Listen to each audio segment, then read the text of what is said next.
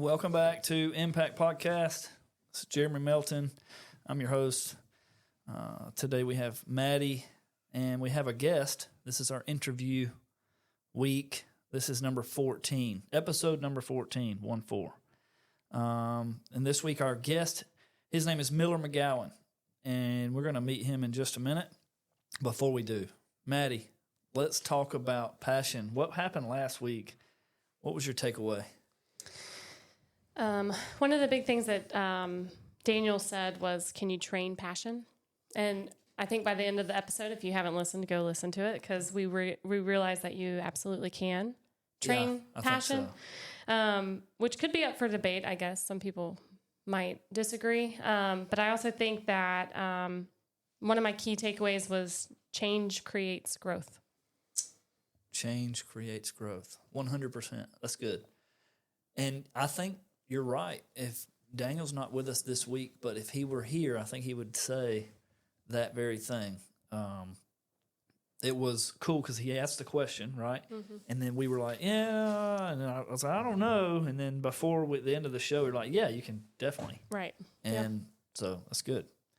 All right, cool. So this week's Miller McGowan. Miller comes to us. This is one of Daniel's neighbors. Daniel likes to bring his neighbors on the show, and I love it. And so the really cool part about this particular episode is I don't know Miller at all. Never spoke to him. This is the first time I've seen him, and so I like to talk to people. I think he does too, and so this should be a really good show. And my understanding, Miller, before you get into it, is you're a military guy. So that's exciting to me. I love the military. So like to talk about that. So Maddie, do you know Miller? We've met, but definitely don't know him as well as what I think I will after this episode. Yeah. Apparently people don't know that our neighborhood is just full of leaders. Yeah. Hey, impactful leaders. Impactful leaders. We're turning a whole new show into something great. That's good. It's good. So Miller, tell us who you are, what you do, and how you lead first. Well, first tell me about your family. Tell me about you and your family, and then we'll get into the leadership stuff. Okay. Well, for me, born and raised in North Carolina, and currently married with 4 kids. I've been married for 13 years to my beautiful wife, Ansley. We have a yours, mine, and 2 ours. I have a 16-year-old daughter, 15-year-old stepson, and then a 7-year-old going on 18-year-old daughter, and a 5-year-old ball of noise and colors, and my 5-year-old son. So yeah, I am a military guy. I enlisted into the U.S. Army in 2011 and served in the Army for going on about 7.5 years. Got out in 2018. I served in the combat infantry for about 4.5 years, and then I did 3 years of Army recruiting. What is significant about my short little stint in the Army was I didn't join until I was 26. I actually had my 27th birthday while I was in basic training. And as you heard, I was a combat infantryman. So the only people who are dumb enough to choose combat infantry when they join the Army are 18 and 19-year-olds straight out of high school that said, I want to go play Army like I did in my backyard, right? Well, when I joined up, I joined up because I was doing really bad at being an adult. I went and got my college degree, which is a bachelor's degree in theater. And I got that degree because, I had to graduate, and the business department didn't want to keep me, and the psychology department didn't want to keep me. So the theater department welcomed me with open arms. So I got a bachelor's degree in theater, pretty much just so I wouldn't be the first person in my family to not graduate with a bachelor's degree. And then I went on and joined, I got a job at Marriott Hotels and ended up working my way up kind of in the kitchens and in the restaurants. Both front of the house, back of the house, cooked, chefed, led my way. But I just was I wasn't finding any purpose in that. So when did you graduate high school? 2002. Okay. And then And where did you go to high school at? I went to Mount Airy High School, which is in Mount Airy, North Carolina, home of Andy Griffith Mayberry. So my grandmother grew up across the street from the Andy Griffith. So Nice. yeah, it's fun. So in 2002, you graduated high school, and then you know that was at 18. You're saying you went to work at the Marriott. No, I went to college from 2002 to 2007. Took me 5 years to get a 4-year degree in theater. Okay, I got you. There's a theme to this. All right, it's leading up to something. And then so I graduated college in 2007. So then from 2007 to 2011, I worked for Marriott. Okay. Marriott's a great company. I worked between about 3 different hotels in Charlotte, North Carolina, was where I was working. And yeah, I mean, I learned a lot. You know, I was a leader at that time. I was leading front of the house, leading back of the house, which for those of you that haven't worked in the food industry, front of the house is your restaurant where you eat. Back of the house is where the cooks are. So then just kind of realized that I wasn't going anywhere. I wasn't going anywhere fast.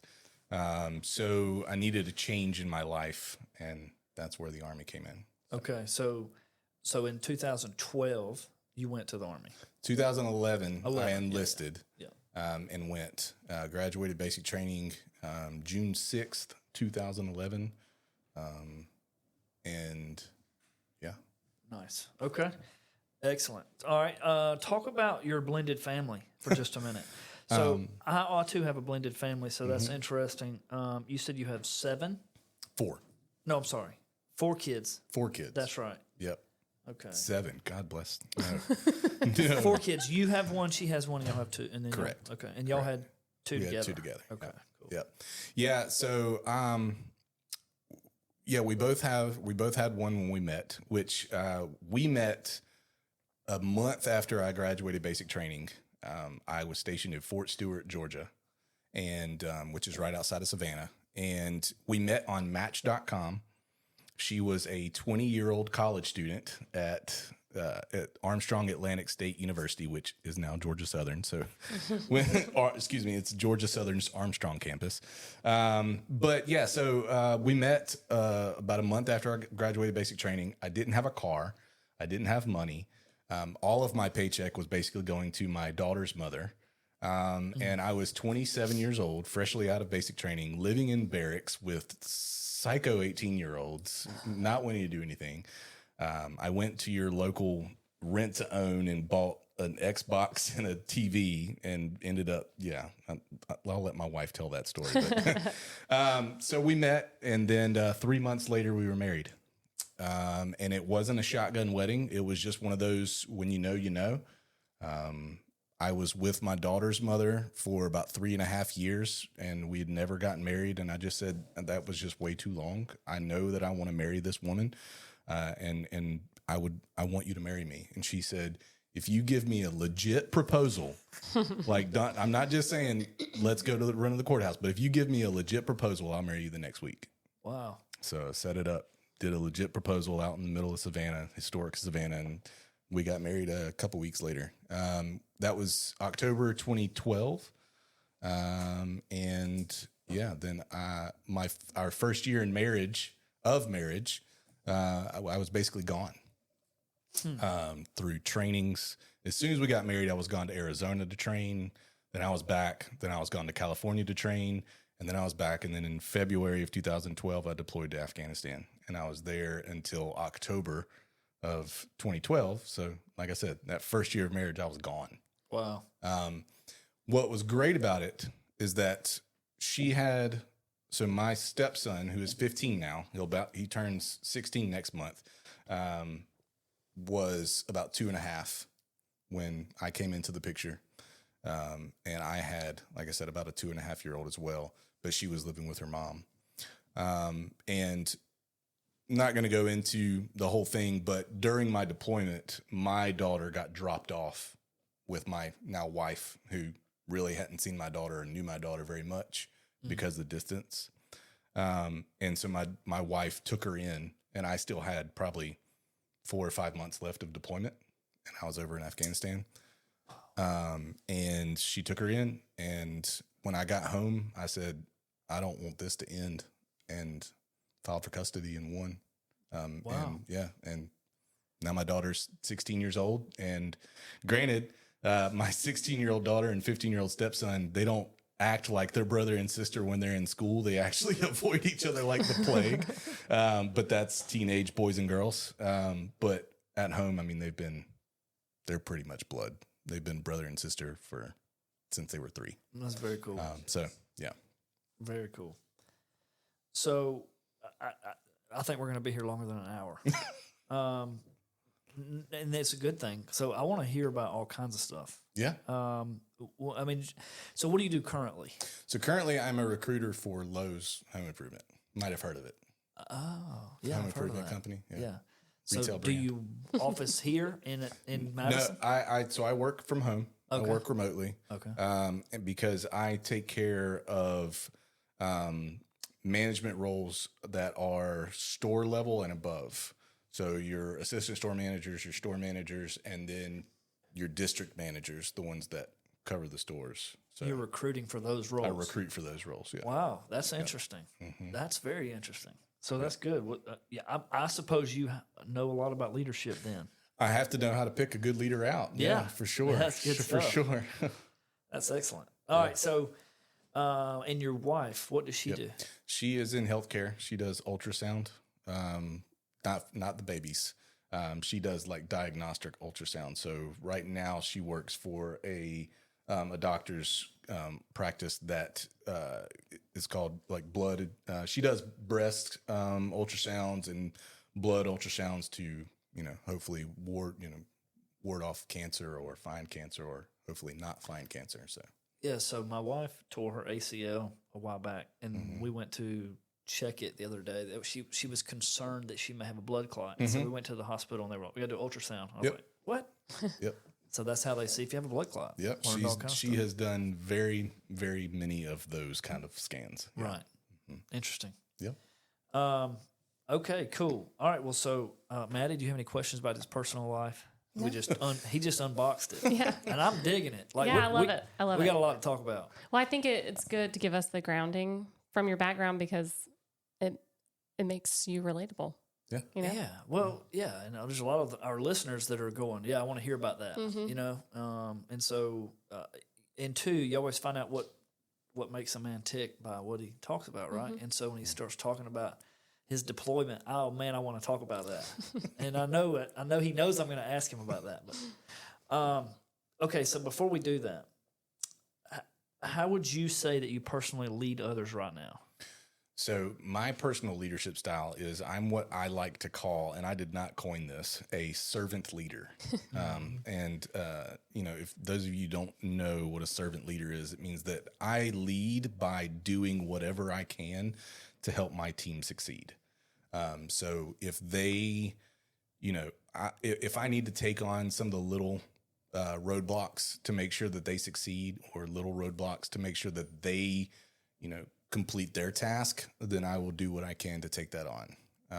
I want to develop them. I want them to, I want to delegate my little tasks to them so that they have something that they can take on and do and become empowered. So my leadership style is to do everything I can for my people so that they succeed, because if they succeed, I succeed. So That's right. It's on point. That echoes the teaching we had several weeks ago. I don't remember what week it was.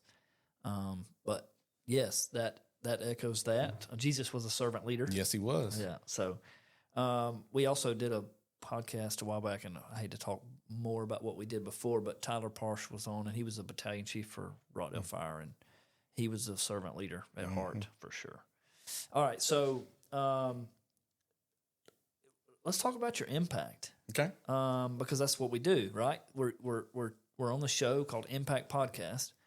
What's most important on this show anyway is how do you want to make an impact? And so let's talk about that. Right. So I thought about that.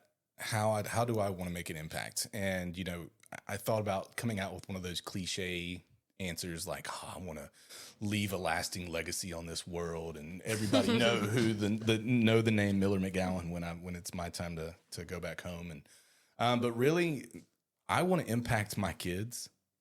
I want to impact my wife. I want to impact the people that are closest to me. Because other than that, I mean, it doesn't really matter. You're right. You know, if I impact my kids by giving them leadership style or traits or whatever, then they're going to go on and they're going to impact somebody else, and they're going to impact somebody else.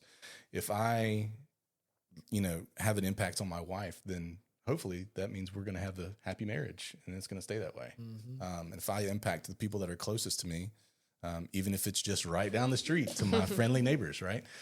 You've impacted Daniel. Yeah, apparently. Yeah. Then that's all that matters, because then I'm going to have happy neighbors, or I'm going to have happy work people. You know, what's funny is about my team at work at Lowe's, because I work remotely, I've never met anybody on my team in person, and I've been with Lowe's for almost 3 years. Wow. So talk about trying to have an impact on people that you've never met in person, never shook their hand. A handshake is a very big deal to me.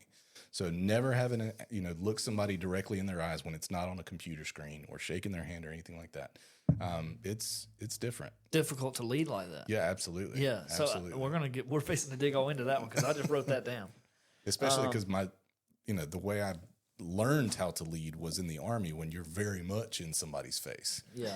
So yeah, different styles, had to adapt for sure. Okay. So we'll come back to that. So first, I like the impact that you're talking about, and you're exactly right.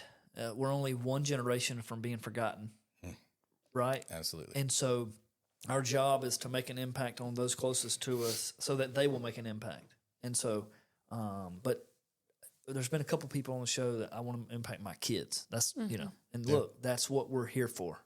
Yeah. And so anything extra, anything outside of that is extra. But let's talk about a moment in time when you realized that you were making an impact. Do you have a story for us? Sure. This goes back to the Army. When I first became a leader, was when it was actually pretty crazy, because it was basic training. Like I said, I was that 27-year-old running around with a bunch of 18 and 19-year-olds. I was quickly called grandpa. Very quickly. Why are you here? Or I was the only one within my group that had a college degree. Dude, why are you here? Why are you not an officer? Why, and I was just like, don't worry about that. This is me changing my life. And I don't know, just me being that older guy, trying to bestow like any little tidbits of wisdom. I was seeing, I was promoted to the platoon leader while I was in basic training. I was the first one to lead my platoon. And, it's just, you get a lot of guys there, because infantry basic training is not for the faint at heart. I mean, it's not Ranger School or anything, but it's not easy. You get a lot of guys that this is the first time they've been away from mama and dada, and they don't know what to do. Maybe they were a pizza delivery guy before they just decided to join the Army and fight and run around with guns and stuff. And, just an impact was just treating people like they're people, treating people like they can have an impact, just calming people down. I had a very tumultuous childhood, like still in therapy to this day. But what my crazy childhood taught me was just how to be calm. Just how to be calm in the face of chaos, calm in the face of adversity. So, anytime guys were freaking out, and I was just able to just look at them and say, hey, we've only got like 6 weeks left of this. That's it. And then we'll move on to something else, or let's do this task. Let's get this finished. And then they'll let us go get something to eat or something. Just calm down. So do you have a particular scenario where you brought that calm in? Like a story that you remember with details where it was crazy and you brought it down and you calmed it down. Oh yeah. Yeah. how graphic do you want to get? No, no. There was a situation in Afghanistan where we were taking fire, kind of by. It wasn't necessarily us that was in the fight. My time overseas, we were attached to a special operations unit, and our entire mission there was one of those hearts and minds mission, right? And we were trying to get out into the populace and show them. It was towards the end of the war over there, and we were trying to train military age males to kind of take care of themselves, be like a village police, and be able to fight back against the Taliban and whatever else. But anyways, we ended up kind of stumbling into a bad scene where there was bad guys on one side, there was good guys on the other side, and then somehow we ended up between them. And it wasn't the best place to be because they were firing at each other, and they're not very accurate when they're firing at each other. So me and a buddy of mine were stuck on a rooftop. And we had a wall that was probably 18 inches tall, and bullets whizzing over our head. Oh, man. And the only thing we have to hide behind is this little 18-inch wall. And we were like, how did we get stuck up here? Like, this guy is just freaking out. How did we get stuck on this rooftop? And it's like, hey, we were doing Overwatch. We had guys on the ground. We were, up top. Why are we getting shot at? What is I don't even know what to do. Hey, man, just calm down. Let's lay down. Let's lay down. Let's just lay down, look up at the stars. Looking up at the stars, you see tracer rounds flying over. And it's like, oh, look, shooting stars. No, it's like, hey, we'll be all right. Let's just sit right here. Let's lay down. Let's just wait this out. There's not really anything we can do. It was nighttime. We had our night vision goggles, but the people that were shooting were too far away to really be able to see. We couldn't really return fire. There was no point to return fire. If anything, all it would do was give away our location. Yeah. So it was just like, hey, look, we're going to sit right here. Hey, you got some smokes? All right, you smoke a cigarette. I'm going to lay right here, and we're going to talk. We're going to tell stories. And that's pretty much what we did for about an hour and a half. Wow. We just laid on a rooftop in the middle of Afghanistan in the middle of the night. And, we told the guys where we were. Hey, radio it in. Hey, we're up on this rooftop. We're just going to hang out for a little bit. Y'all tell us when the shots are done. Because, like I said, it wasn't our fight. There was nobody actively shooting at us. We just got stuck in the wrong spot at the wrong time. So, but you were calm in that. But I was calm in that because, we were getting bullets were going over our heads, but it wasn't necessarily, we weren't necessarily getting shot at. Right. So I just calmed down. I said, look, we got a good rock wall right here. We're hiding behind. Nothing can get to us as long as we don't lift our heads up. And so let's just do that. So eventually, shots ceasefired, and, nice. And we were able to come down off the rooftop, and that was that. I love it. All right, so here's a good one for you. What is your approach to motivating other people? Get in it with them. Why? Too many times I've seen leaders that, I understand certain leaders maybe can't get right in the trenches or whatever, but especially if it's my immediate, subordinates or however you want to call it, my people, I'll never tell them to do something that I won't do myself, ever. And the same thing goes with my kids. I'm not going to tell my kids to clean their room if they've never seen me clean a room, right? So I'll clean it with them the first couple of times, and then after that, all right, I showed you how to do it. Now you do it. But no, get in it with them. Get in the trenches. I'm going to show you how to do it. I'm going to motivate you. We're going to complete this task, and then we're going to talk about it. And what's motivating for somebody else is talking about themselves, talking about what went well, talking about how they succeeded, talking about, how it got completed because of something they did. So not only am I giving them recognition, but I'm letting them recognize themselves. So what I just heard you say is talking through it is part of the process. Oh, absolutely. Yeah, we had this thing in the Army called the AAR, which was the after action review. So anytime we had a mission or a training scenario or anything, you immediately stopped, you sat down, and you did what was called the after action review, which was usually you said what it was, what were we doing, how did we do it, what was the result, and then you give 3 sustains. So what were 3 things that we did right and we want to keep doing right, And what were 3 things that went wrong, or not necessarily went wrong, but what were 3 things that we could improve on? What could we do better? And then you go off that. The next time you train, you do the same thing. You make sure that those 3 things don't happen again. After action review. After action review. And it happened. I mean, you do it right after the end. What if So it's to it's implement fresh that? on your mind. What if it's to implement that in the show? That's good. After action review. We should love do it. it with our guests at the very end of the podcast. We just make them tell us what we did. Hey, let's do the AAR. I love it. No, that's good stuff. So, again, you said your approach to motivating other people is to get in it with them and then talk about it. Right? So that's a huge deal. We got to write that down, Maddie. Yeah. I got it.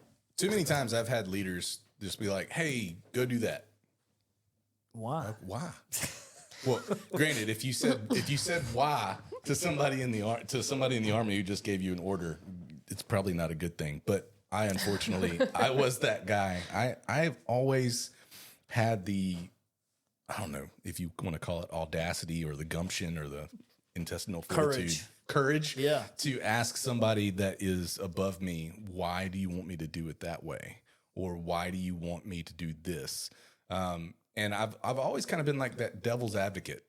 So, but I would never question somebody's motives without giving them an alternative solution, So, yeah, your way's good.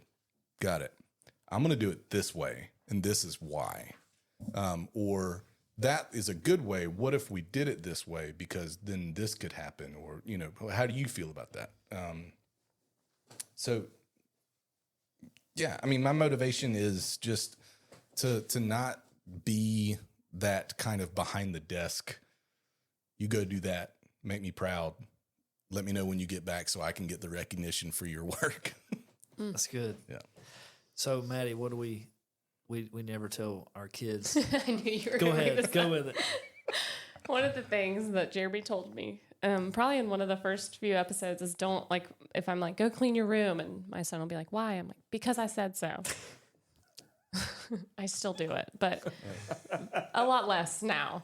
But when I never thought about it, it's like, because I said so, just go do it. And now it's like, because if you don't, mommy's going to get really mad. Well, my answer goes the a little same bit thing. farther. My answer goes a little bit farther now. Usually I give them I don't have to tell you why. Right. Yeah. Because I'm daddy. Yeah. No, whenever I can't come up with a good enough reason. Go clean your room. Why? Well, because I don't want to step on Legos again. Yeah. That's why I want you to clean your room. Yeah. So I don't step on Legos. Yeah. when I Give come the into your reason. room. Yeah. Give the reason. Yeah. Just, and your subordinates or your people or whoever you're leading deserves that, So, and your kids deserve it too. Yeah. Well, I think too, Miller, you were just talking about, you would be, why do I have to do it this way or whatever? One of the things we talked about in the last episode was being disruptive, which is a good thing. You think disruptive and you think it's a negative word. I mean, obviously it can be, but I think that's interesting that you said that. It can be disruptive and it can be a He negative. is a disruptive leader. I can tell you that, but it's a good thing. Right. Okay. And Well, so it depends. It depends on who you're being disruptive to. That's true. Because there was a company I worked for that I recruited. I was a corporate recruiter for the first company straight out of the Army. And about halfway through the 2 years that I worked there, we got a new vice president of recruiting. And she was a very much like, I've been doing this for X number of years. It's my way or the highway. This is how we're going to do it. When you do well, I'm taking the recognition, blah, blah, blah. Oh, yeah. I was her devil's advocate. Everybody else around the table during meetings were yes men. I was not the yes man. We're going to do it this way. Why? Why do we do it that way? This way's easier. This way is less cumbersome. This way gets results. So anyways, she could only take so much of that. it takes a strong leader to work with one of those. Yeah. And she was not. And that's why she put her top producing recruiter, me, on disciplinary action for production. Wow. Mm-hmm. Because I rubbed her the wrong way too many times, and she basically said, "I'm giving you, here's your notice. You're pretty much out of here in 30 days." So, Wow. I said, "Yeah, all right." Well, she screwed up because the kind that you are is very important to have for the health of an organization. Yeah, so I appreciate that. Oh yeah. We're about to get into that because we're cut from the same cloth, my friend. All right. So, has your leadership style evolved over time? Would you say that it's changed? I don't think it has, because it's worked. It keeps working. Too many times you hear whenever you watch an Army movie, right? Or you hear news about Army or whatever, all you hear is, that drill sergeant laying into you, right? Or some, staff sergeant or sergeant major just laying into you. And that very much was the mentality of the Army when I got in. If you don't shape up and do what you're supposed to do, be in the right place at the right time in the right uniform, you're going to get somebody yelling at you 10 milliseconds away from your face so that you can get all the spittle. That was a real thing. That was very much a real thing. Or you're going to get yelled at. I'm going to get yelled at while I'm in the push-up position, going down and up while somebody's just, spitting in my eye.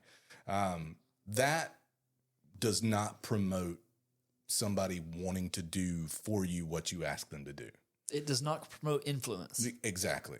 If you are berating me to the tune that I can't hear my own self think because you're yelling at me, telling me I'm worthless, when you then ask me to do something, it's not going to make me want to jump to it and get to work, right? Right. Unless it's the negative reinforcement of, if I don't go do this, this guy's going to yell at me even harder, which it might make me go do what you ask me to do, but I'm probably not going to be very efficient at it. And I'm probably not going to do it well, and I'm not going to do it fast. So I adopted a different style of leadership. I treated my guys like they were human beings. And so much so that when I would ask them to do something, they wouldn't ask why. They wouldn't,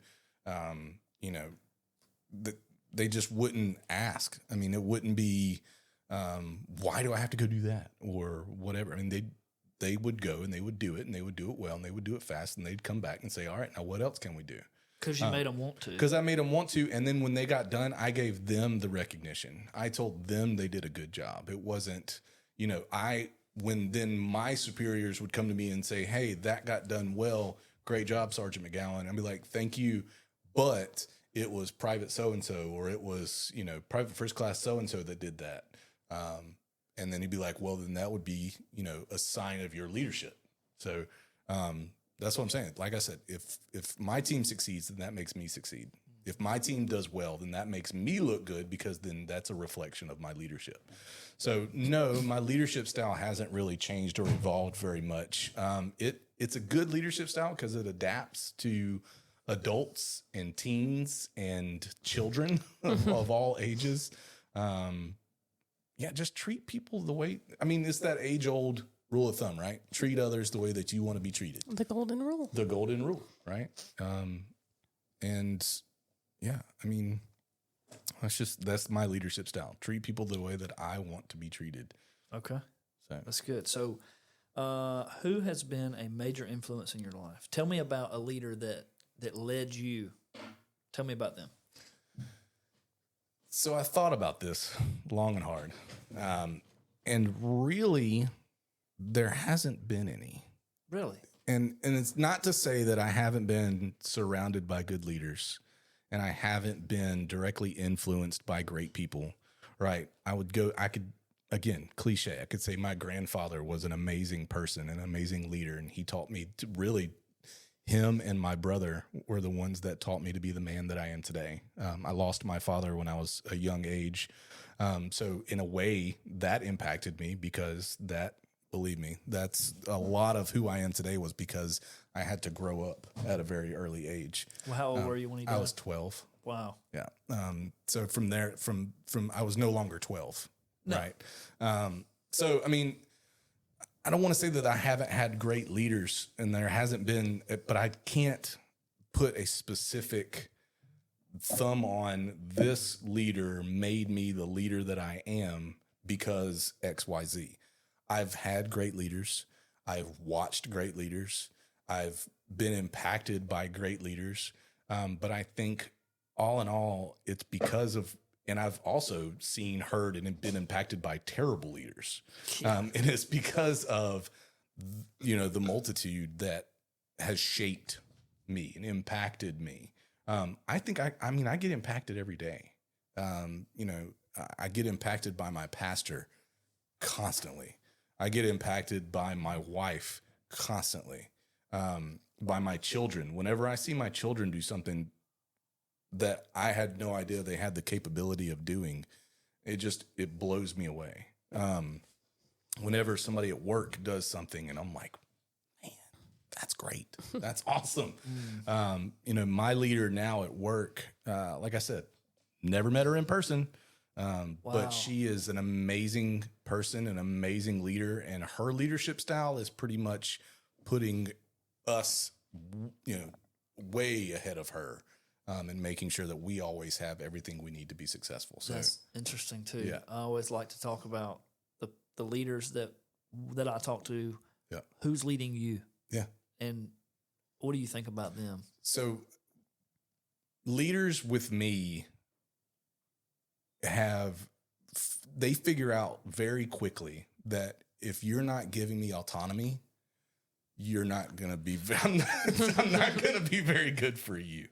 I have always been, and I think it's, again, goes back to losing my dad early, tumultuous childhood, not a lot of parental guidance in my early years. And I think that caused me to really learn who I was and to learn that to do things on my own and to do things my way. Now, I've been married 13 years. I do everything my wife says to me to do. If she listens to this, yes, honey, I do whatever you want me to do. But other than her, I need autonomy. If you try to micromanage me or tell me to do my process, step 1, step 2, step 3, step 4, we're not going to be on good terms. We're not getting along. I'll do it because at the end of the day, I gotta put food on the table, right? You'll do it for a little while. I'll be looking for another job right. while we're doing it. That's right. Yeah, and so my leader now gives me absolutely all the autonomy I need. And the only time she would ever check in, other than our weekly check-in or bi-weekly check-ins, just say, hey, how you doing? If my numbers were to ever slip and she had to cover for me for something, then she would step in and say, all right, what's going on here? But she's going to step in and ask what's going on, not with a club. Oh, absolutely. Yeah. She's going to cover for me. She's going to put it on herself. Yeah. And then she's going to come back to me and say, hey, I covered for you, but why did I cover for you? And that's why you follow her. Right. Yeah. Yeah. No, that's good. Absolutely. That is wise. And if you're a leader out there listening, take notes because Mr. Miller is not on this island by himself. There is lots of great leaders out there that operate like that. And if you have one working for you, you should acknowledge it. That's just the truth of it. Well, what you just said about your leader now is something that we've talked about a little bit, but it's, as a leader, it's great to give your team the recognition that they deserve, obviously, but also when your team does maybe slack or doesn't hit the goals, you're right there with them. Like you have to take that. You're shouldering it. Yeah. Oh, yeah. You have to take that too. So that's good. Yeah. That is real good. So what I have to ask, I just got done saying last week that leadership is learned and it's, it can be built, okay? And so you not having, I'm not saying you're not having, you said there was people that have impacted you. Mm-hmm. But what do you do for continuous learning right now? Do you read books? Oh, yeah. Yeah. I soak it up. Do you? I listen to books more than I read them. I try to read them, but I'm a father of 4 with a full-time job. So reading is not always something that I have time to do. And when I do have time to read, more than likely it's the Bible. I'm going to open it up and read some passages. But I do, if I got 10 minutes, I've got the 7 Habits of the Effective Leader, or 7 Habits of the Effective People, the title loses me, but that's there, right? Or Jordan Peterson's 12 Rules of Life. I went to one of his shows one time. Man. Have you ever been? I haven't. Yeah. I haven't. So he came to Atlanta last year, and I took my wife, and we just went on a date, and we went to his show. It was very cool. Yeah. Yeah. But yeah, I mean, I listen a lot. There's a book that I probably can't say the title of it on this podcast, but it's by a guy named Mark Manson, and it's The Subtle Arts of Not Giving a F. And yeah, don't say that. But that was a great impactful book. Viktor Frankl's Man's Search for Meaning was probably the book that changed my life, 100%.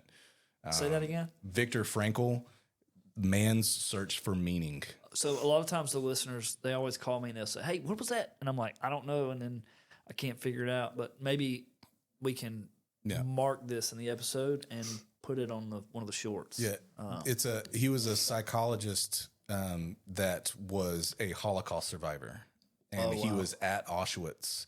And the first half of the book is his time in Auschwitz, and then the second half of the book is his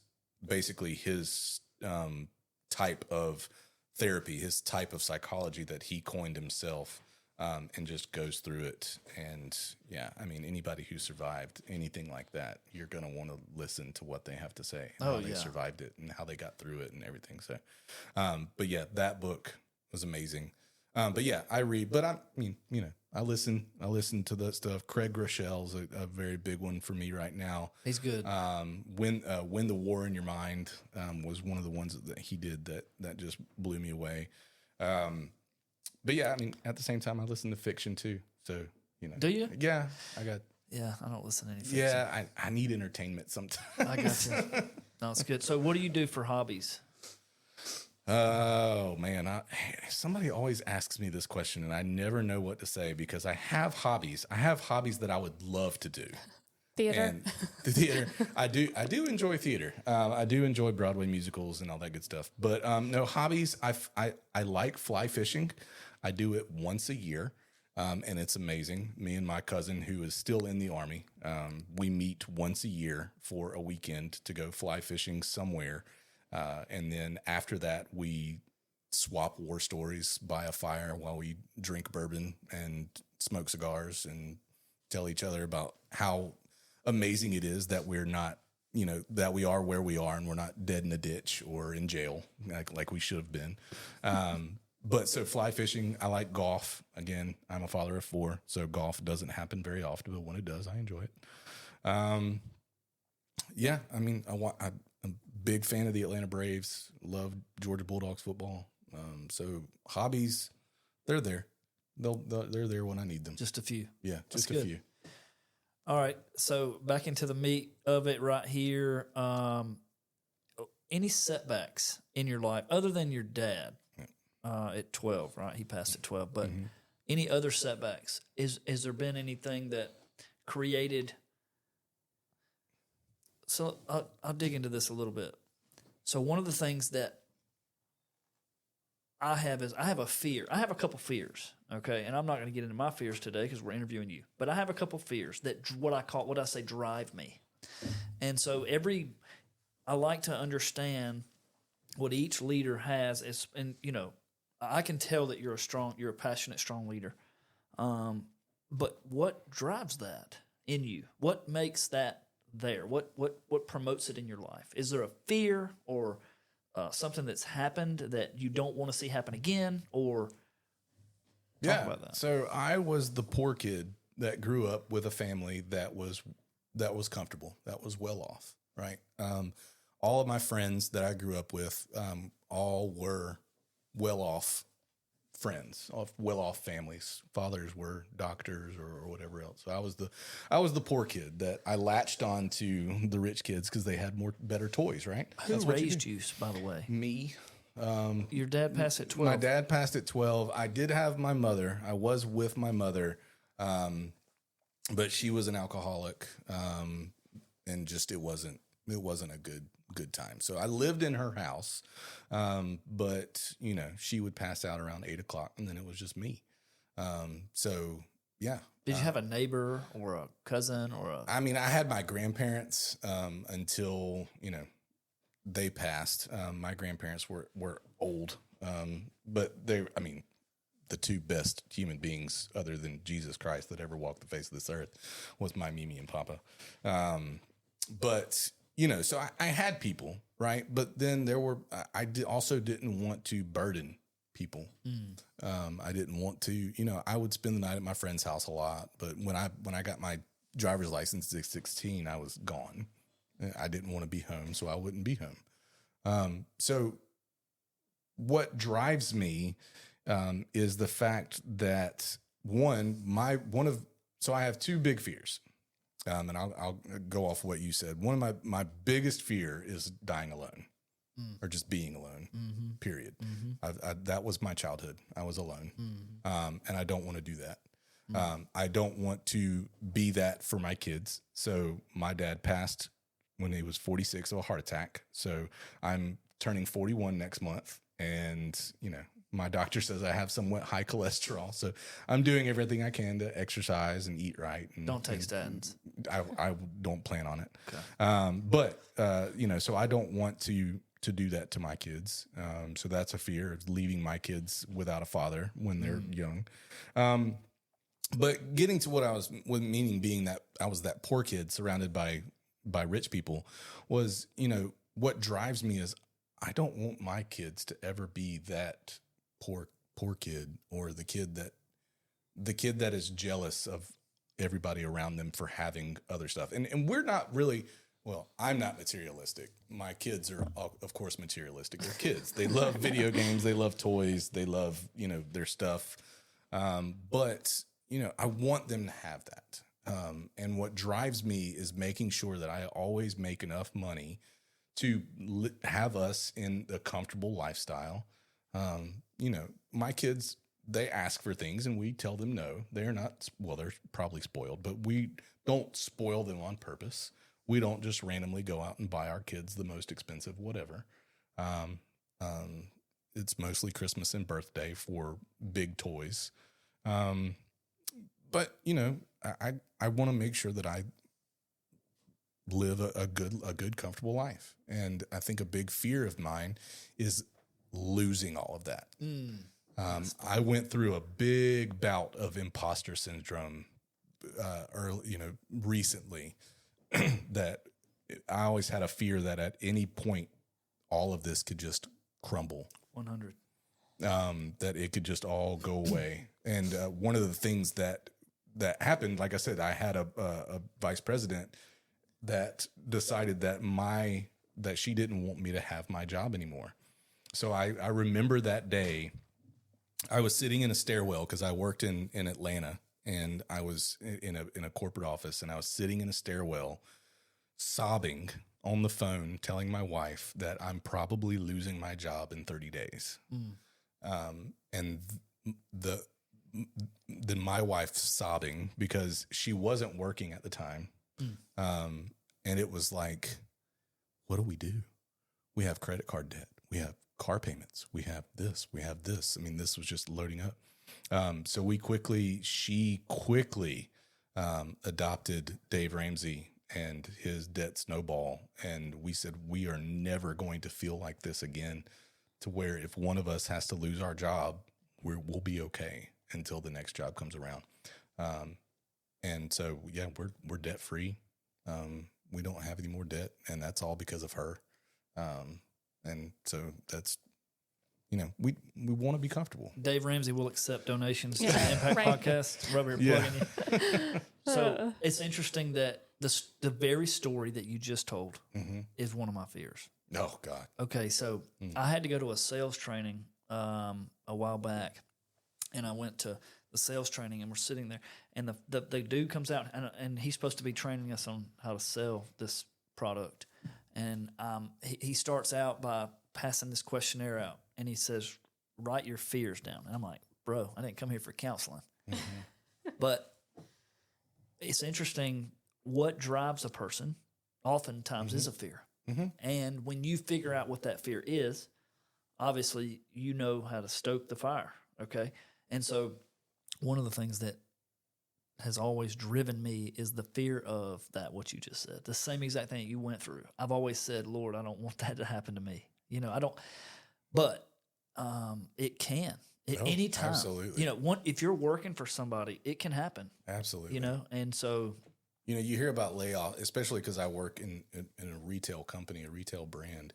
You hear about it's just retail apocalypse out there. You hear so many different retail brands are closing 500 stores or laying off 13,000 people or whatever else. And you're just like, man, are we next? You know, luckily Lowe's is a very successful brand and it's doing everything. It's a Fortune 50 company and it's doing everything it can. But, you know, what happens if that day, even if the brand is doing well, it happens just that day, somebody above says, do we need Miller's job anymore? Right. Do we need this many recruiters on payroll? Who can we cut? You know? And well, yeah, exactly. And I've always been the guy, I don't want to be on the list. Right. And I came up through construction, so I was a plumber and a pipe fitter, service guy, but I didn't ever want to be on the layoff list. That was what fueled me. That's what made me want to be the best, you know. And even today, I want to be the best at what I do. And what God gives me to steward, I want to steward it well. Yeah, I'm the same way. And I so, want to be the best at what I'm doing. I want to make sure that my numbers are stacking up against everybody else's so that whenever it is time to look at that list, you know, I'm at the top of it. Right. So we're going to say, all right, the top of the list of people we're not cutting. Right. Yeah. So, yeah. Good. So I love that. So let's see how much time we got. You're fine. What would you say is the most important message before we get there, before we do that, let's do a story. So do you have a story that you want to share with us, Maddie and I, and the audience? Any kind of story that you feel like will resonate and help somebody? Man. Yeah. I mean, if I can resonate and help anybody, right? So this is leadership. So if you want to become a leader, I want to look at it from that point of view. One of my other big drivers is advancing my career. I want to continue to grow. I want to continue to move up. And I keep telling my boss to this day, like, I want to get back to where I was in the Army when I was leading soldiers, when soldiers were following me into combat, relying on me, right? So I believe that I'm a leader regardless of name or stature or anything like that. I lead my team, even though by title and pay grade, I'm not the manager of that team. So if I can give any type of story behind that, you know, I was told, because I told my manager that I want to move up in the company. So she said, all right, I'm going to champion you. I'm going to do anything I can to help you do that. And one of the things that she did was to help get me mentorships with other managers in the company so that I know her leadership style. I know how she manages. I know who she is. There are other great leaders. I need to meet them. Not only am I meeting them and learning their leadership style, but they are also then knowing me, knowing my leadership style, knowing what drives me, so that my name just keeps getting pushed up lists, right? So what you're digging on right now is it takes others along the way for you to grow. Oh, absolutely. And you can't do this yourself. That's correct. Yeah. And you have to lean into that. So, and what Miller was just saying was, if I'm going to help somebody that wants to lead, number one, you got to know you want to lead, and you've got to voice that. Yeah, you got to tell people. Straight up. Yeah. And then what it requires a partnership, and they have to push you through. Yeah, and it's, like, for example, with me, I work remotely, right? I work from my house, so I can't just go be seen by all the senior directors and stuff and make sure that they're seeing me and make sure they're seeing me at, you know, company events and stuff like that. So the only ways that I can make myself known is either A, by my numbers, or B, make sure that other people are speaking my name. So the story that I wanted to say is that I was on one of these mentorship calls with one of these other managers. I've maybe spoken to this other manager maybe one other time. And we were talking, and I said, what are some things that you have either A, heard about me, or C, noticed from me whenever we're in, calls at the same time or whatever else, or, that I am doing well. So I know something that I'm doing well, so I can continue to grow on that and build that. And she goes, Miller, I know we haven't talked very much, and you don't really, this is going to be a surprise. You don't talk very much in some of our meetings. And I'm like, yeah, I'm sorry. Because I know if I get started, I won't stop. But no, she said, when you do talk, even on a Microsoft Teams virtual call, when you do talk, it gets quiet. People stop what they're doing, stop what they're saying, and they listen to what you're saying. And I said, that just blew me away. I was like, you notice that? Like, she's like, yeah, because people aren't side chatter, or there's not this one. People stop talking and they look at their cameras and they listen to what you're saying, because anytime I've heard you speak, Miller, what you're saying is meaningful. What you're saying has an impact, right? So that story, what that means to me is what I want to tell people that are trying to grow or trying to learn. Don't think that people aren't noticing. Don't think that nobody knows who you are, or don't think that nobody's listening to you, because people are. Whether it's positive, whether it's negative, people are going to listen to you or hear you. So make sure that it's positive. Especially, it's kind of like what you were saying earlier, Maddie. If you are being disruptive, or you've got another way of doing something, or you don't want to do something one way, bring a solution. Don't just be that disruptive person to be that disruptive person. Be that disruptive person because your way can be a little bit better. But and do it tactfully. That's another thing. I learned very quickly, especially in my time in the Army, if I'm going to be disruptive, I'm going to do it tactfully. I'm going to do it with, I'm going to be respectful. Yeah. Your way sucks, but so yeah, that was one of those things that told me that I was on the right track. That's good. I think it's really cool that your leader, a lot of times managers in companies are almost scared, to have someone like you underneath them that could potentially be better than them, Well, that's what I want to do. I always want to train my replacement, right? Well, so it's kind of like her giving you the opportunity and setting you up with some mentorships and things like that. She's not scared. It's like she's got the confidence in herself, obviously, but also like she knows what you're worth and that you're a great leader, and because you don't see that very often in companies. Yeah. It's so important. That is what. Okay, you just said something that was triggered. That's what separates the great leaders. The great leaders do what he just said. He's always training their replacements, and there's no insecurity in that person.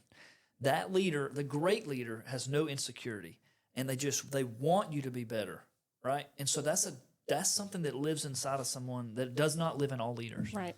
And then two, the fact, like you said, that she's pushing him into other managers. She's completely secure with herself, and even the great leaders will also say this: even if they do surpass me, good for them, right? Yeah. If they take my job, good for them, right?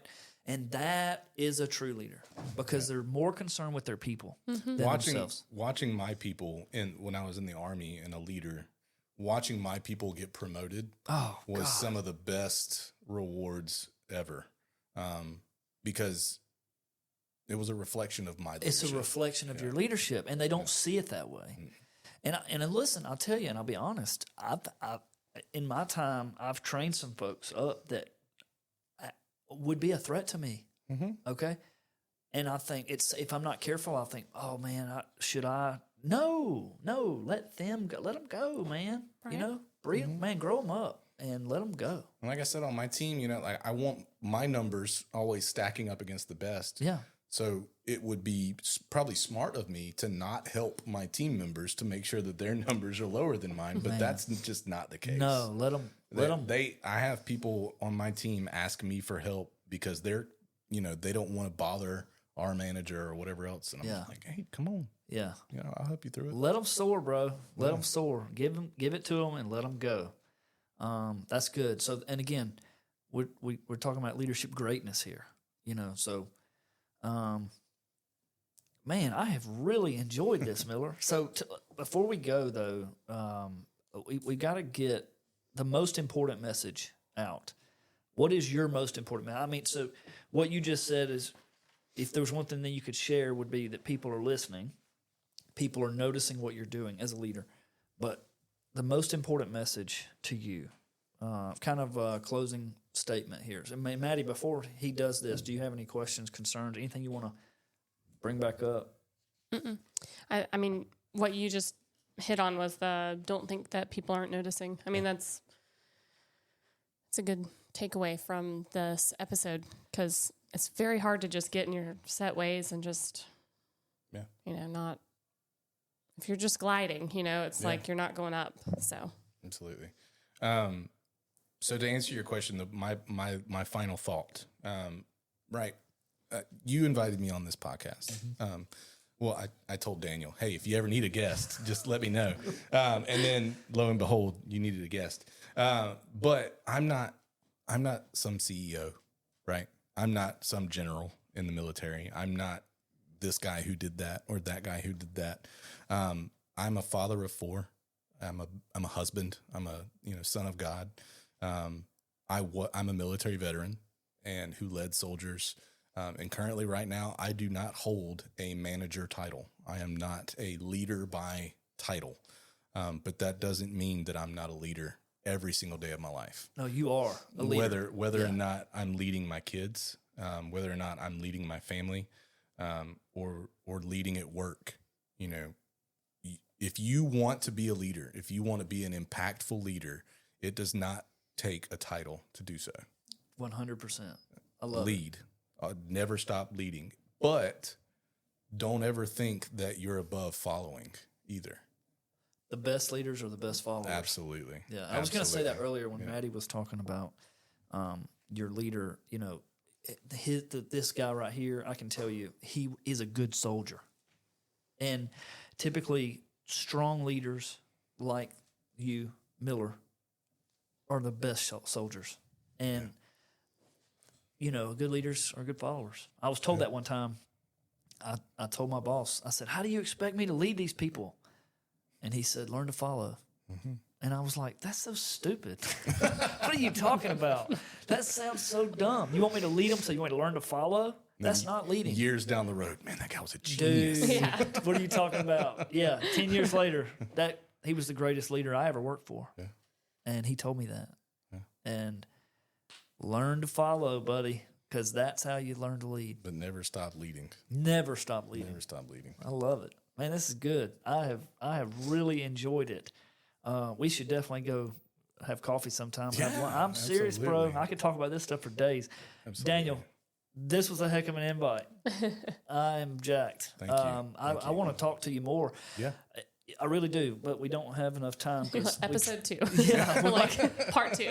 Part 2. So there is a lot of stuff we could uncover and talk about, and we're going to have to do that. I'm serious. Can you come back? Yeah, of course. Oh, perfect. I told you I'm a sponge. I love to read. I love to learn. If you're not learning, then you're not growing. So, yeah. I definitely want you back. Right. So, hey, we're going to have some time to close here, and then we'll get back next week for another mandate. I can't remember which one it is. But, Miller, thank you for coming. Yeah, it was my pleasure. It was a great pleasure. Yeah, dude, it was awesome. So, Maddie? Good? Good. Yeah, this was great. This Thank was y'all awesome. for having me. Absolutely. This is awesome. Signing off. Thank you, Miller. Thank you. Signing off. See ya.